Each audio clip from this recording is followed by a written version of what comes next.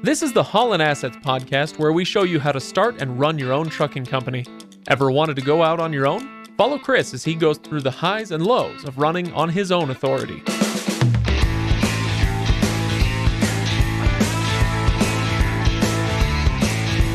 Welcome, everybody. Welcome to Haulin Assets. This is episode number 73. We're climbing on up in the world, inching our way toward episode 100. When we get there, I don't know what we'll do, but it'll be big and it'll be amazing. I am Craig, your host, and joining me remotely today, Chris. How's it going, Chris? It's going pretty well. It's the first time in a long time we've done this. We've got the reefer running in the background. I'm outside of the studio. It's just like the good old days. You're out on the road. Yeah, exactly. That was the first thing you said when we got on this call. You're like, the good old days. Yeah, it's Chris is on the road again. So now I get to actually ask you, before we get to the topic at hand, I get to ask you, what's happening out on the road? What's going on? Any stories from the road lately? I saw one of those big, huge wind turbines, a semi-truck pulling one of those. Yeah. Went off of an on-ramp on the freeway and went off the road. And so oh, no. A big mess somebody was having to fix. And you think your load of peanuts is expensive. Try one of the blades from those turbines. I'm thinking like it doesn't look like the turbine had touched the ground, so I'm hoping there's probably not any damage with it. It's just a matter of getting the truck back on the road without causing any damage. I'm sure it'll be a little bit tricky. Glad I'm not driving one of those. Well, yeah. Do you get to tell us what you're hauling right now? Smelly onions.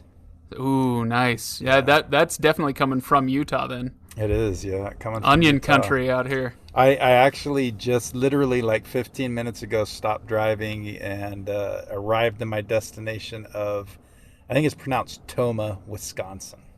Oh, wow. That's got to be 2 days then. It was.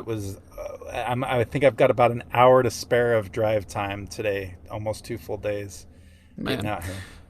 Well, we are going to talk about your trip because it's happening in a new rig. But we're going to talk about that in just a moment. First, I'm going to remind everybody to go to HaulinAssetsLLC.com, which is where you can find full show notes and documentation from all of these episodes that we put out, and also find us on Facebook. In either location, you can comment. We love to get the listener comments, and if they're really good ones, we love to read them on the air and respond. So if you have any questions, comments, go hit us up in either of those places, HaulinAssetsLLC.com or Facebook. Now, let's see, Chris, I don't think I'm missing any housekeeping. So let's talk about the topic at hand today, which is the new truck. You've been talking about this a little bit. You got the new truck, and that's why you're out on the road. You're giving this baby a test run.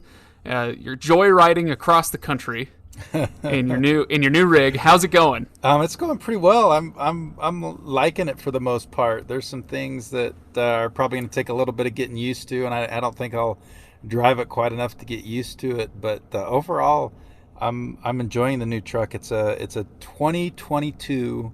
Did you even know they are coming out with 2022s yet? Well, it's getting honestly, it's getting a little ridiculous. Yeah, it's almost a year ahead. We're barely into 2021, and they're already delivering 2022 Freightliner Cascadias with pretty much no miles on it. Got it out on the road for the first time, and it's been fun. There's a lot of new going on with this truck. So your first truck, the one you bought, a year and a half ago or so. 2 years ago. It's been 2 years. Was it 2 years ago? Yeah. My gosh. You know what? Don't remind me how old I'm getting, Chris. That's not nice of you.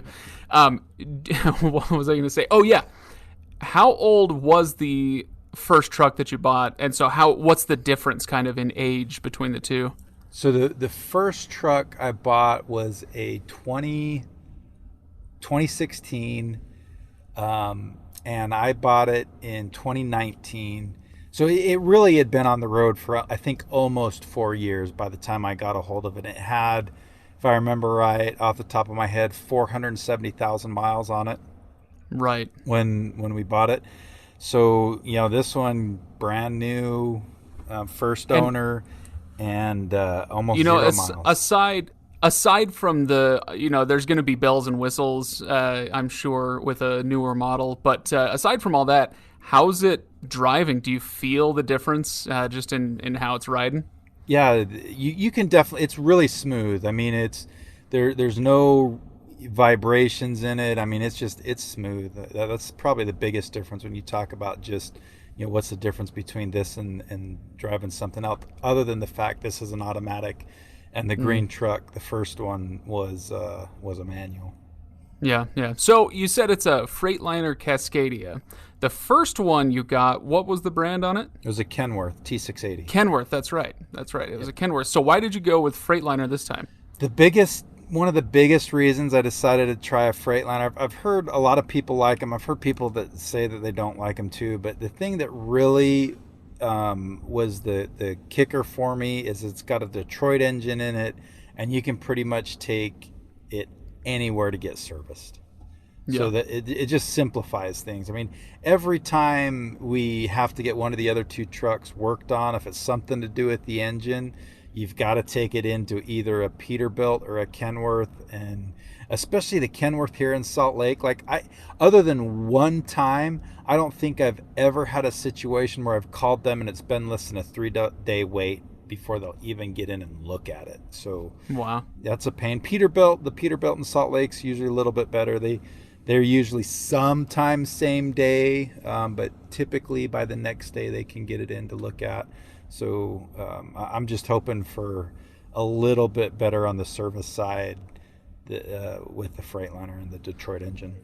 Now this is truck number 3, right? This is number 3. Yep. And what brand was truck number 2? They were both Kenworths. So the first two were both Kenworths with the PACCAR engine. So they were pretty much the same. The first truck was a manual, second truck was an automatic, but the second truck was a 10-speed automatic. This new truck, number 3, is a 12-speed automatic. Wow.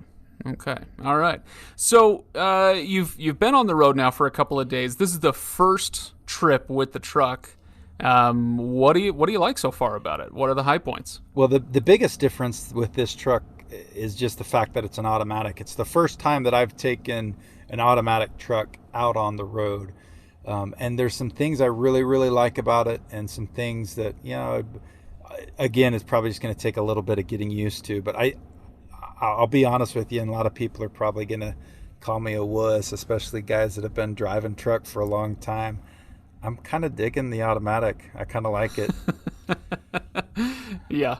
Well, it's the old thing about, and with an automatic, it's what was the old story about the guy who was going to drive around the world? He was going to drive on every continent, and so he went to Mercedes to get a custom car, and he said, I want a manual transmission. And the guy who was helping him build the custom car, he says, no, you're getting automatic. And the guy says, no, I like manual. And he says, who do you think knows how to drive this car better, you or Mercedes-Benz?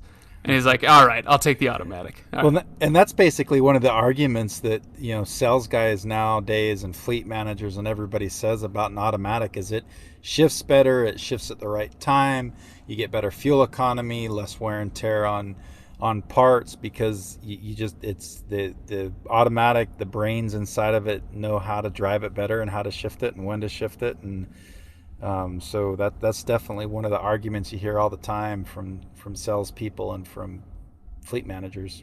Right. Now, it's fully automatic, but you can switch over, right? Yeah, and that's one of the things that's kind of nice about it. Like I've noticed so far, I came out of Salt Lake up onto I-80, and so you've got a pretty good climb for the, a lot of the drive coming out of Salt Lake. And, I'd hit some of the bigger hills, and the truck itself doesn't downshift when it does finally downshifts. It downshifts all the way to where the RPM's down to almost 1,000, and I didn't really like that. So I'd typically downshift sooner than the truck would on its own. That's the only thing I really didn't like about it. But it's as easy as just moving down on the selector lever, and it just shifts smooth as can be.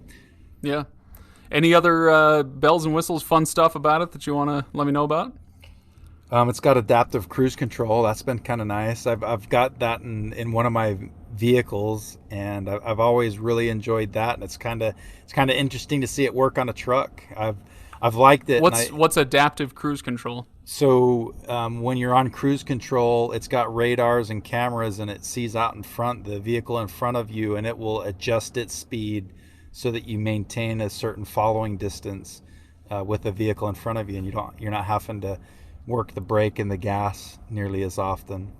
Nice. Okay. Yeah, but it's one of those things. Some people hate that kind of thing. Other people like it. I'm kind of liking it, but I also, you have to get used to it. Like, I'm having to be a little bit more aware of kind of what's going on, so that when I'm approaching a vehicle that's moving slower, I'm moving into the passing lane a little bit sooner, because so the truck doesn't slow down, and I'm able to maintain a speed. Because if you're really not paying that much attention, the next thing you know is you can be following a vehicle at 5 or 10 miles an hour under the speed that you've got set, because that vehicle's driving slow, and you really didn't notice it. It kind of happens slow. Your truck slows down kind of slowly. You don't really notice it slowing down, and next thing you know, you're driving slower than you want to be. Right. Now, how does it do on fuel economy and all that stuff? Have you had a chance to figure that out yet after a couple days? It looks like it's doing pretty well. I think I'm getting close to 7 miles per gallon, and I've got a fairly heavy load on it, and I've done a decent amount of climbing, so that's good. Another thing that I like about this truck is it actually has 40 gallons bigger tank. Well, 20 on each tank, so I can carry a total of 40 gallons more of fuel, and it's about 300 pounds lighter than the other trucks, even with that extra fuel. So that's kind of nice. I was able to drive all the way from Salt Lake. I didn't fill up until I got to Odessa, Nebraska, and I still had just under half a tank, which, wow, yeah, is a pretty good distance. I'm going to be kind of curious to go out and drive it and not fuel until I kind of really have to fuel. I may try to do that this time. Kind of push the limits a little bit. Yeah, see how far I can go before I have to fuel again. Interesting. All right. So there's a lot to like about the new truck so far, after 2 days. So grains of salt abound, who knows? We'll give it a little while longer. But what, any snags you're running into, things you don't like about it? Yeah, there's a few things I'm not liking a ton. I remember mentioning the last podcast episode that it was going to have some of the accident avoidance features, and that's the adaptive cruise control is one of them. It can self-brake. I've heard people complain about it braking when it shouldn't brake, like it sees phantom ghost vehicle in front of it and it brakes. I haven't had it do that yet. The adaptive cruise controls worked really well, but the lane departure warnings are kind of, I can see how they drive people batty. What's that? So if you start you're straying out of the lane. Yeah, if you're starting to stray out of a lane, the speakers start to buzz at you, and that can get annoying. Does it not do that if you're using your turn signal or something? Yeah, if you've got a turn signal on, it won't do that. But if you don't have a turn signal on and you start to veer, it's pretty good. It's not like it starts to warn you when you get close to the lane or the line. You pretty much have to be right on top of the line before it starts beeping at you, and it just kind of buzzes. So you just got to keep the truck in between the lines, and which is what you're supposed to do anyway. But there are some situations, where, you kind of have to move, you have another vehicle encroaching on you, so you move over, or you're moving over to avoid something, and it starts to buzz at you. And so I can see how guys would get sick of it. And I don't think that's my favorite feature by any means. Yeah. I don't hate it, I think, as much as most guys do. Again, I've only done it for 2 days, but it's definitely not something I'm like, oh yeah, I'm glad I have that. The way you said that reminds me, I live, as people probably know because we've mentioned it on the podcast a few times, I live under an Air Force base, and so the jets fly over quite a lot. And the first summer that we were here, I was like, no problem, the sound of freedom, this is great. And now, like 4 or 5 years in, I'm like, all right, can we just shoot them all down? I'm done. So yeah, give it time, Chris. It'll annoy you plenty, I'm sure. Yeah, it very well might. So, anything else on your not favorites list? Yeah, there's a couple other little things. It doesn't have as much storage as the T680 does, just cabinets and stuff in it. The boxes on the side of the truck that you access from the outside under the bunk aren't quite as big. That's I think I'd miss that if I was in the truck all the time. And then you've got all these partitions that you use to keep the light out. There's one that a partition that goes kind of against the windshields, and then there's one that you can separate the kind of the driver's seat and passenger seat from the sleeper area. They're a little bit cheaper. They're not as nice as what was in the T680. They're kind of more cloth, where the other was more of a heavy vinyl. I'm not sure I'm a huge fan of that just yet.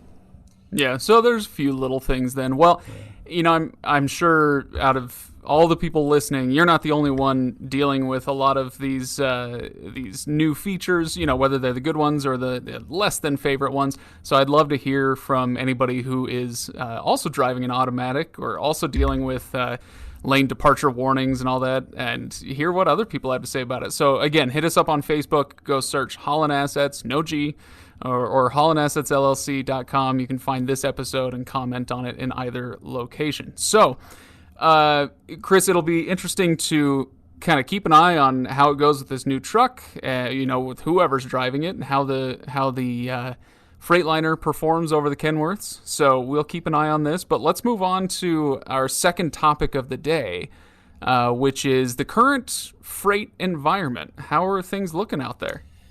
Things are really good, and I've heard from a lot of different people that this is either the best they've ever seen it or just about as good as they've ever seen it. So, even with as far as rates go, and profitability, I've been in the industry for a good 10 years, and I think about 2018 was a really, really good year. And I think this is even beaten that. It's, in the last 10 years, I can't think of really a better time, even with diesel rates all of a sudden skyrocketing. The rate of freight is increasing at a faster pace than it seems like diesel is, at least for right now. Wow. Well, that's pretty good. It's good. So yeah, what else do you want to say about that? So that just means that, in my opinion, if you can't make money in this kind of a market, you're really doing something wrong. I'm not saying that to really kind of diminish what anybody's accomplished, because it's never easy to start a business. It's never easy to kind of go through this process. But with that being said, this is a really good time. And if you're smart, or even close to smart, and a little bit disciplined, there's no reason you can't make really good money right now. Right. It's, I don't know how many episodes we've talked about, managing expenses and keeping your savings going and all that stuff. And now is the time to put all that into practice when things are looking good. Yeah. And one of the things that it's just kind of in a cautionary tale, this kind of environment. I see people start businesses in an environment like this, and they kind of come into it and they're saying, oh, really, this isn't that hard. I'm making money. I'm doing well. Things are going pretty smooth. And oftentimes they're the kind of people, when you start in this kind of environment where things are good and you don't know anything different, you have a tendency to get yourself in trouble, because you don't have to be as disciplined. You don't have to be as conscious of what's going on around you. You don't have to be as conscious with your expenses, and you can still make money. But then when things change and when things turn, it's those people that have, kind of, this is all they've known as a good market like this, are the ones that more often than not go out of business, because they've never seen the other side and they just weren't disciplined. And it can get you into a lot of trouble. Yeah, and you talked about this a little bit when you started Haulin Assets. Things weren't this rosy, and one of the things you said was, do it anyway. If you are ready to start the business, then do it, because the economy is cyclical, right? It's never going to be good for a super long stretch, and it's never going to be bad for too long a stretch. Hopefully, okay, fingers crossed and all that. But the same rule would kind of apply here, where it's like, do it. If you're ready, go ahead and start the business, but just keep in mind that just because things look good now doesn't mean they always will, and you've got to get those habits in now, right? Yeah, so I think if you can be smart about it and operate like things aren't as good right now, and just really control your costs and really be smart about things, you can overcome that. It's just kind of like you're saying, it's just being aware that things are not always going to be as good as they are right now. And so when you make decisions and when you do things, you have to be looking to that future and knowing that the economy is always cyclical. The freight market has always been cyclical. There are going to be harder times, and you need to set yourself up to weather those harder times. And you don't want to be incurring expenses or long-term expenses that you're still going to have to pay certain bills even when the economy turns down, and you just want to be sure that you're in a position that you're going to be able to do that. Yeah. I've seen more people. The most successful people oftentimes are the ones who start a business in a bad economy, learn how to make it work, and then when the economy turns and is really, really good, they just reap the benefits of starting in one of those leaner times when things are a little bit tougher. I think you just operate in this kind of a market with that kind of mentality, and you'll still be golden.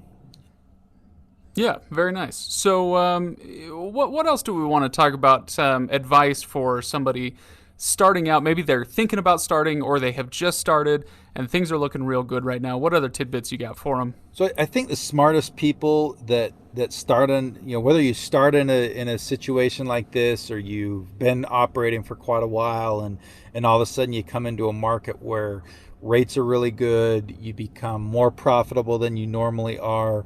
It's one of those things like we always talk about: save money, put some money aside for a rainy day, put money aside for a future business opportunity. One of my heroes, my degree's in finance. One of the guys that I've studied for decades is Warren Buffett, and that's what he does. If you kind of watch his investment strategy in a time like this when the economy is going really well, people are making money, businesses are making money, bringing in a lot of cash. He hoards his cash. He's not making big investments right now. And people always say, well, he's losing his touch. He's not getting in the market when everybody else is. Well, he doesn't do that. He's just right now he's hoarding cash, and when the market turns down, he's going to go and invest that when he can find really, really good deals. And that's exactly what he did when the Great Recession came on. He before that had been hoarding a lot of cash, and when things went bad, from roughly the 2008 to the 2011 area, he made some huge investments in big companies like Mars, like Goldman Sachs, Bank of America, Dow Chemical. He injected a lot of cash into those companies to help them because they needed it, and he got huge returns on that stuff. Well, it's also simple. You are Warren Buffett, right? That's what I'm hearing. Is you're the same. I wish. No, I'm not even close to in that league. Not even in his solar system. But the same principle is going to apply. You're not even talking about investments. I guess you are insofar as you're investing in yourself when you start that trucking company. But it's the same principle, right? Yeah, absolutely. And you see this kind of thing happening in trucking all the time too. Kind of going back to the examples that we've been talking about. There's always companies out there in this kind of a market who are just not really smart, and they kind of get themselves overextended, whether that's as a business or the owners get themselves overextended with personal expenses. And they're able to make things work when the economy's rolling along really well like it is right now. But then as soon as the market turns, they start to struggle and they go out of business. And guess what happens? Somebody that was smart during this time and was saving money and was being smart with their business, they are able to go in and they're able to typically buy that other company for pennies on the dollar, and they're able to, kind of get their freight contracts. They're able to get their equipment really cheap, get some hopefully good drivers, and they're able to turn that into a really profitable investment. And this doesn't happen with just the big guys. I've seen this happen with small trucking companies that have a couple trucks that did really well, and the owners were smart about it. And when things turned around, they came on an opportunity to buy a couple more trucks, or a five truck fleet. I've seen guys double their fleet overnight because they'd been smart in the hard times, were able to take advantage of a situation. This seems kind of callous, and maybe in some ways it is, but they were able to take an advantage of somebody else's stupidity or lack of discipline, and capitalize, make their situation better. Yeah. Well, and it's, it's not luck, right?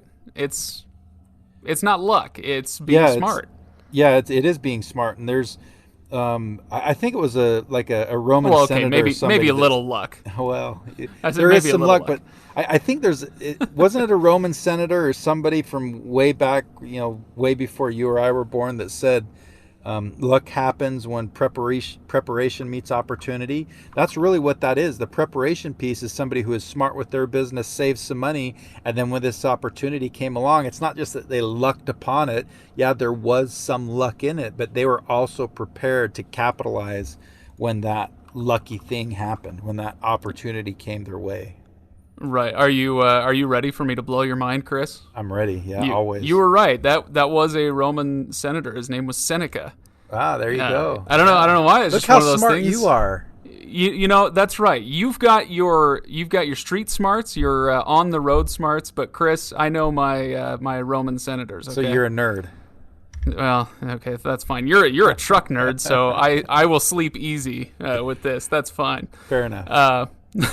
All right. So, any last thoughts on this subject? I worry about people. I worry about our clients. I worry about our listeners just becoming too comfortable in a situation like this, because the freight market can turn fast and it can turn hard. Things are good right now. Don't get lazy. Don't be complacent, and just keep in mind that that's going to change, and use this as an opportunity to gather in some stores, save some money, and set yourself up for a very bright future. Absolutely. All right. Well, Chris, we're getting ready to wrap up here for today's episode, but we can't leave without an impact tip. What do you got for me today? Today, we're going to talk about, since I'm just in the process of hiring another driver, make sure your company's financially ready to hire a driver. Okay. That makes sense. I sense there's something deeper, though, because that seems pretty obvious. Yeah, I see companies hire bad drivers all the time. A lot of times with bigger fleets, they hire a lot of bad drivers because they've got big freight contracts and they have to meet the obligations of the freight contracts, and so there's constantly hiring, adding people to their payroll. And when you're hiring that big of a volume, it's really hard to find a lot of really good drivers. You can find onesies, twosies here and there, but when you're hiring in volumes, it's just really hard to do that. But I see the same kind of thing happen with smaller fleets too, and it's usually for different reasons. And a lot of the times it's because they buy a new truck. They need to get that truck rolling right away to make money, to make the truck payments and insurance payments and all the other fixed costs that you've got dealing with that truck. And so oftentimes what happens is they end up making a bad hiring decision because they just want to get somebody in that truck to get it rolling. So, you always want to be in a position where you can, if you have to, you can wait a little bit extra time to find that right person, rather than hire somebody bad early on. You're always going to regret that. And so you always, even if you have to be a little bit picky and it takes you a little bit longer, take the time you need to hire good drivers. Yeah, so you're saying make sure your company's financially ready for that. If I understand what you're saying, you might be in a place where you could feasibly hire the less experienced, possibly bad driver. But if you're in that place, then you're not ready. You need to be financially ready to hire a good driver. Yeah, you need would to that be fair? Yeah, that's fair. And it's just a lot of the times it just boils down to is having a little bit of cash reserve. So if you have to make a truck payment or an insurance payment, you don't have a driver yet, you can make it. You're not feeling like you're forced to hire somebody that you don't really want to hire because you can't afford to make a truck payment. Right. This is why, by the way, dear listeners, why Chris still hasn't let me drive the truck. I don't know what's going on there, but whatever. One of the reasons. All right. Well, very good. Thanks for the impact tip, Chris, and thank you to the listeners for listening. So we will be back again in a week or two with another topic. And just wanted to thank everybody for listening. We really appreciate the support that we get, on Facebook, on the website. And we really appreciate the reviews that you leave if you enjoy the show, if you like what we do. If it's helpful to you or interesting or entertaining in some way, then go leave a 5-star review wherever you listen to your podcasts. That would be much, much appreciated. It really does help. It helps us climb the rankings as far as our category where people might find us in those podcast apps. So thank you for doing that, Chris. Any parting words before we head out? With this new truck, one thing I'm really excited about is being able to see the profitability difference between a brand new truck and a truck that is older, has more maintenance costs, maybe doesn't get quite as good a fuel economy. So it may take a year to really analyze that really well, but that's going to be some interesting topic on the podcast at some point in the future. Yeah, if anybody is new to the podcast, we do the monthly financial segments where we walk you through the previous month, and that'll be an interesting thing to start including at some point is how's the new truck doing versus the old ones. Yeah, so, it will be. Yeah, that'll be great. All right. Well, Chris, thanks, and thank you again to everybody else. HaulinAssetsLLC.com, where you can get the full show notes. Head there. Head to Facebook. Let us know if you have any questions or comments, and we will see you next time. See you later, Craig.